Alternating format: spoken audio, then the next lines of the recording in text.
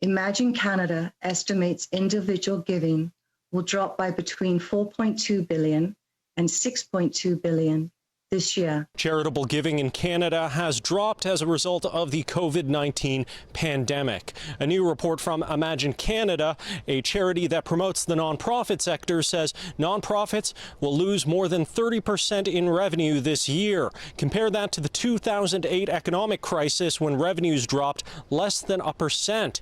But a charity watchdog group says there is an easy solution: raise the minimum amount that nonprofits are required to spend on charitable operations or donations. This quota can be changed to 5% by the stroke of our finance minister's pen.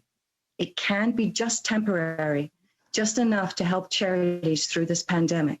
Charity Intelligence Canada was speaking before committee hearings into the We Charity scandal as to why no red flags were raised about We before it was given control of the Canada Student Service Grant.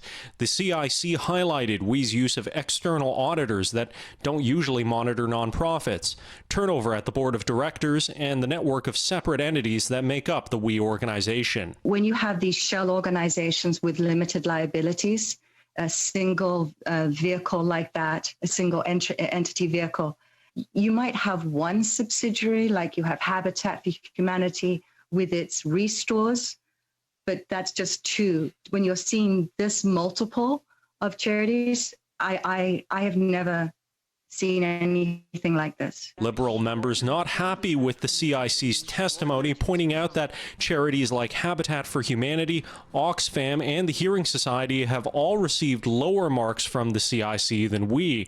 But the opposition was left wondering why these issues weren't raised by the civil service. Well, it's just extraordinary that in 3 or 4 days of work, with 3 or 4 employees total, you were able to produce all of this information when the Prime Minister's own department, the Privy Council office, was not, which has literally has 1,000 employees, was not able to produce the same information. It wasn't all bad news for the We Charity at committee, however.